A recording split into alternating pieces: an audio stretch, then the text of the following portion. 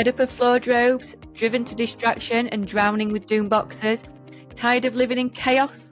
Welcome to Decluttering Untangled, how to declutter when you're overwhelmed, ADHD or autistic. I'm going to help you uncover the secrets to decluttering, no matter what hurdles you face. You'll discover how to declutter, de-stress and transform your world. I'm Heather Tingle, reformed hoarder, neurodivergent declutter queen, and your guide through the maze of mess. Let's get untangled.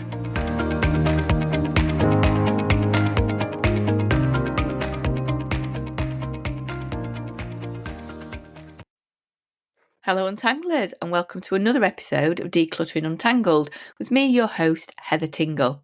Now, today's episode is another one like last week. It is going to be short and sweet, and hopefully you will get something out of it to help you kickstart your decluttering.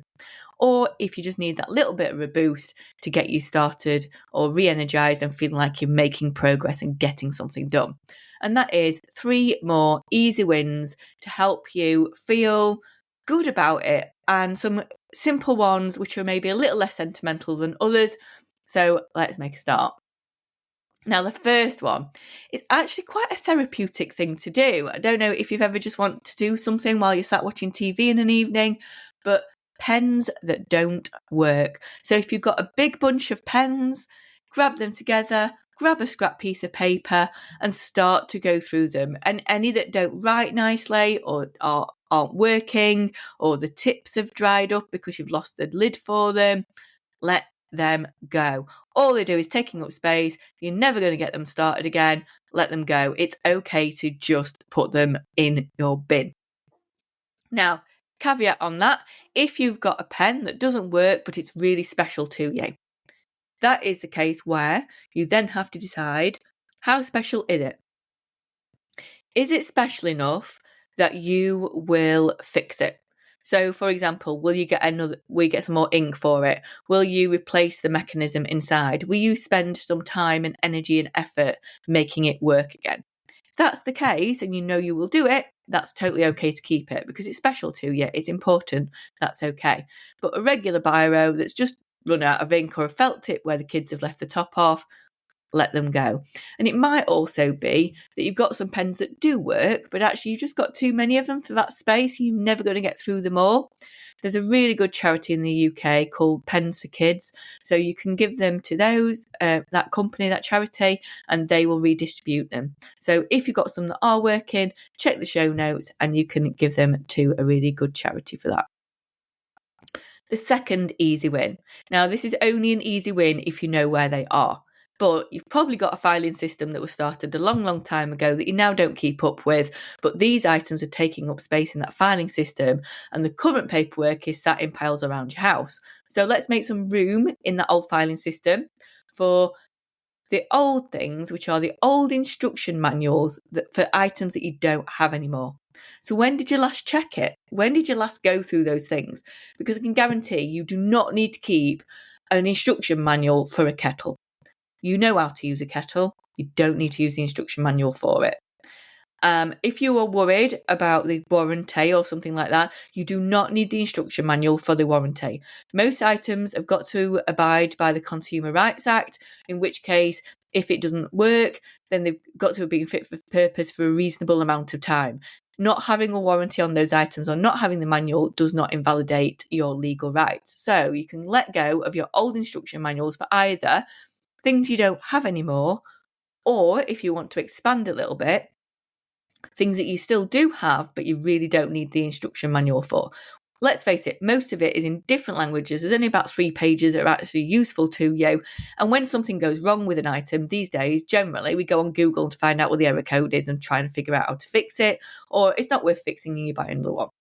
That is totally okay to let that piece of paper go that's taking up space in your old filing system. The third item that I think is quite an easy win, this one, is cutlery that you won't use.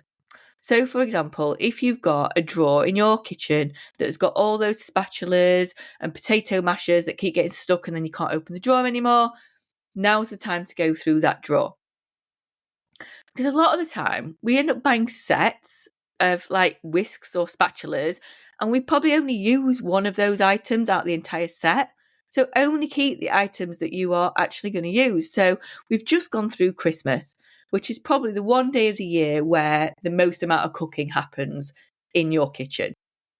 Unlike mine, which not a lot of cooking happens, but hey ho.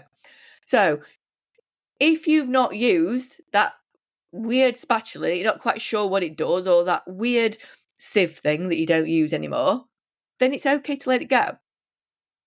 If you're not sure where to let it go, you can give it away on Facebook, you can give it away on Olio, or you can give it to homeless shelters, because there are a lot of homeless shelters that'll help people get set up in their new homes, and they might need that spatula that you're never going to use. So let it go. Or speak to your local charity shop, see if they would find it useful. Now, that does sound like quite a simple win, but I know nothing in our world is ever simple.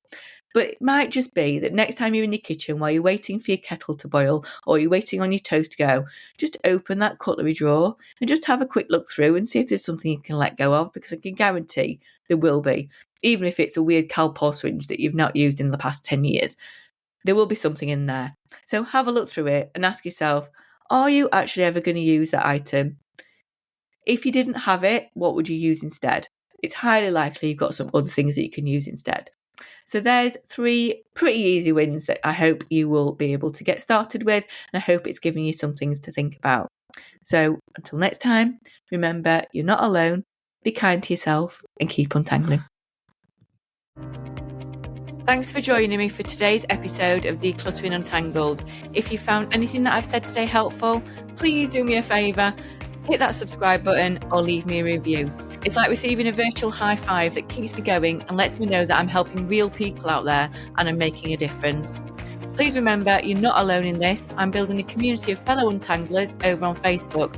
Just visit the show notes for the link to my free decluttering community. So until next time, remember, you're not alone, you're not lazy, you can untangle your life.